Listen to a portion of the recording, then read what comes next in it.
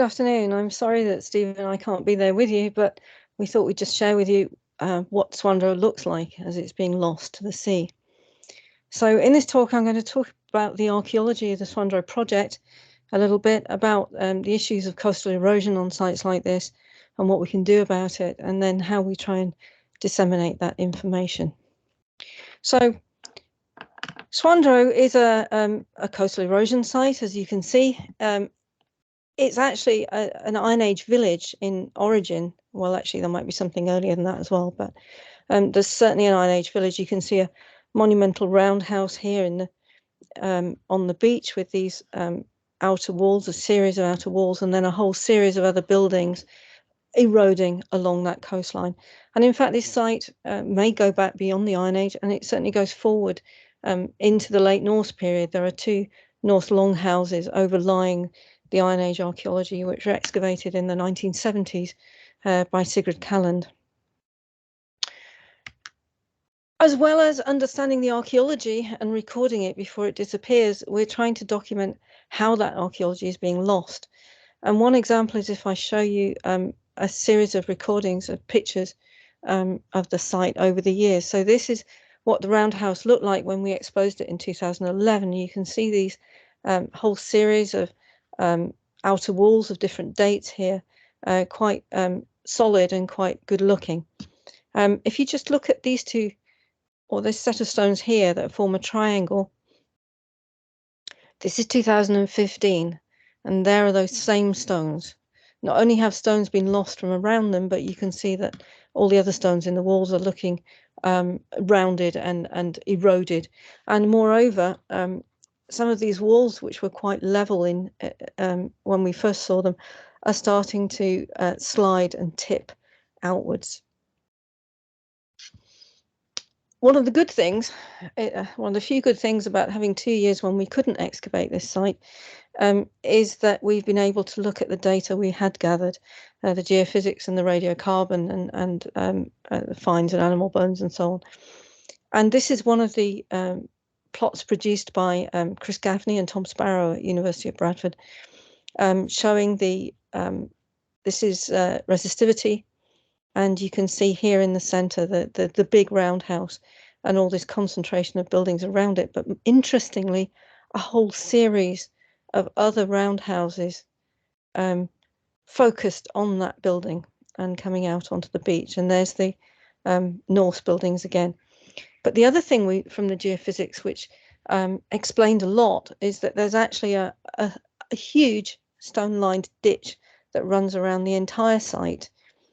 Goes under an Iron Age building there dating from the 1st century AD and comes out onto the beach. So originally the whole site was enclosed in a stone-lined ditch.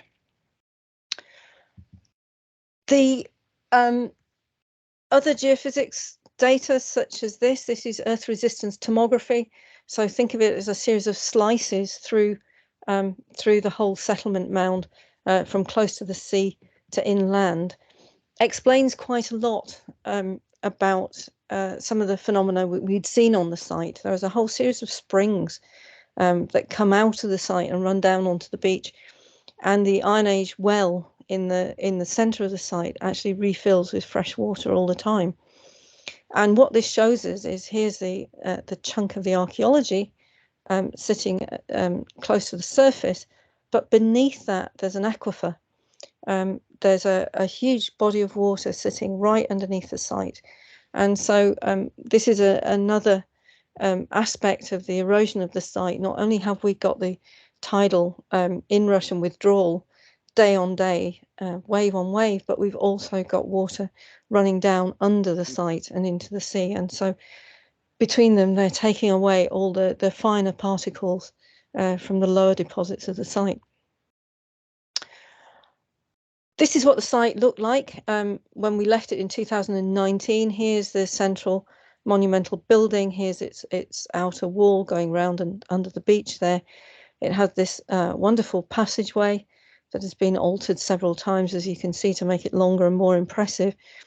And then a whole series of buildings around it. And this is one of the lowest that we managed to excavate as a fragment of a roundhouse down here on the beach, and another one up here, one of those houses surrounding the central roundhouse, and then a rectangular building built over the structures of the passageway here. The earliest deposits that we could get to before we hit the water table were down on the beach, eroded by the sea quite badly, and they date, we now know, to the early Iron Age, around about 800 BC. They're sealed by this roundhouse. You can see one of the early walls there and midden deposits next to it, sealed by this roundhouse with a series of hearths here and floors and little cells to the building around it, including even a little oven here. This is the ash box for the oven, and that dates to about the 1st century BC. And as I said, we now know that this settlement is continuous and goes on through late Iron Age and the Pictish period. This is that slightly rectangular building that I mentioned. It had a wall hearth or wall oven here, and from the deposits within it and on this floor, we think this is probably a corn drying kiln, and this may even have been a rather nice paved threshing floor for that building, and that dates to about 500 AD. So well into the Pictish period, and the finds also prove that. Because the stratigraphy is so complex, we've got all these standing buildings modified and reused through time. The dating is crucial. And so not only do we have radiocarbon dates, courtesy of Historic Environment Scotland, but Cathy Batt of Bradford University also provides archaeomagnetic dates from hearths where she can, so we can build up a detailed chronology for these buildings. One of the things I'd say is that, as I say, we have Pictish, we have all the Iron Age periods, and we began to see quite early on that probably the destruction of the site and the end of this large, long-lived roundhouse was probably due to the Viking arrival, or certainly associated with it.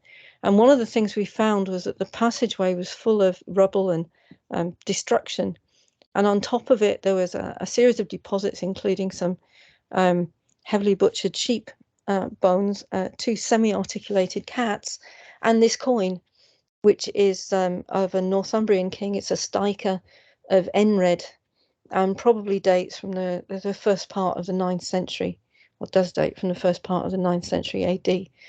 So the evidence was definitely pointing in that direction.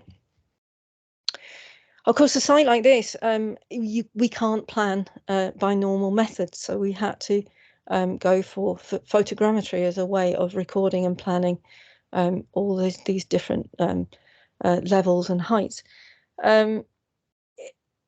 We use drones and we use camera poles to capture the images, and then the plans are drawn from these.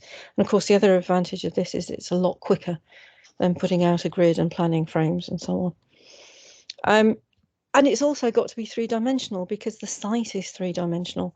And so not only do we have photogrammetry, like the image on the right, but we also use laser scanning to try and capture this data and provide 3D models of a site which, after all, is not going to be there forever. I'm not going to talk about this very much because Bonnie will be talking about this tomorrow. This is her subject. This is the subject of her PhD research, and these beautiful images are produced by her and by Visualizing Heritage at Bradford. But just to say very quickly that one of the reasons it was brought home to us this year that this is really quite important is that when we were drawing the section of this wall, or the upstanding section of this wall, by conventional means, the planner realized that this had dropped by 30 centimeters at this end since 2019, which says something about that outwash of sediments below. So we went back this year with some trepidation, wondering how much of the site was still going to be there. And we certainly got evidence for data loss and for buildup of beach material, but luckily quite a bit of material was still left for us.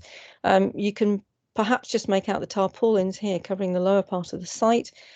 We had put lots of nice big stones on the top of this and sandbags and so on, and the sea has taken off all the big stones and replaced it with this, with shingle and seaweed and smaller stones and smashed up lobster pots, which tells you quite a lot about how active this beach is and how it changes character over time. So just quickly to tell you what we found this year, we concentrated on looking at that monumental roundhouse and trying to understand before it disappeared too much, to make it impossible to understand its life history, the differences, the changes, and the longevity of it. We concentrated on the seaward side for obvious reasons. You can see that wall that had started to tip a few years ago is now almost vertical, and we're losing deposits from this side quite rapidly.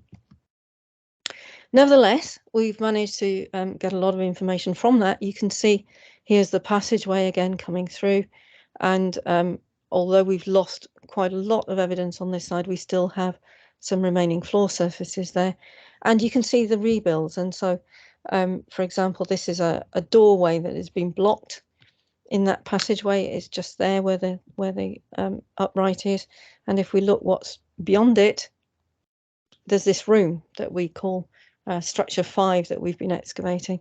And what this illustrates so vividly, if you think of the last slide and all that erosion, is the difference that that standing wall has made to data loss. The survival on this side is so different to just the other side of that wall. You can see we have standing walls here. This is a 1 meter pole, so that we've got huge standing stones, standing wall behind it. We had some very rich deposits of animal bone and finds from inside this room that dates to about 1st century BC, 1st century AD. It's quite a long-lived room. But also you might just be able to make out behind it on the wall that faint patch of yellow there, and much more clearly on this orthostat, this standing stone here. This entire side of the building would have been covered in yellow clay, which would have given it a completely different appearance to what we see now. It would have been brighter. And you have to think of these stones being upright and level and uneroded, and think of what that building would have looked like. The later usage of the roundhouse is associated with late Iron Age and Pictish floors, which was a bit of a surprise. All this material out here is late Iron Age Pictish, and we've got some good evidence from that. We're starting to get some very good evidence from that for that period. The roundhouse at the end of its life seems to have been deliberately demolished, we're beginning to think, because the destruction, I've never seen destruction like this in a round building. There is a line of walls and standing stones, orthostats, which have been pushed over in this direction, and not, it seems, by the sea. So you can see a wall there collapsed, another one there, another one there, and there's roofing material within this as well. Even standing stones just pushed onto their sides. I haven't really got time to tell you about the finds and the environmental material, but just a couple of tasters, because it is quite important. We have evidence, Roman coins and Roman glassware, suggesting a lively trade between this island and Roman culture. And this is an Iron Age glass toggle bead. It's one of 2 from the site, and there's only 14 in Scotland. They're quite rare, and we got 2 of them. And this is a skull of a white-tailed eagle from that 1st century BC, 1st century AD building. Quite a lot of white-tailed eagle bones, great auk bones, some other smaller raptor, and lots of strange bones from there. Good preservation that hopefully we'll be able to say more about at some point.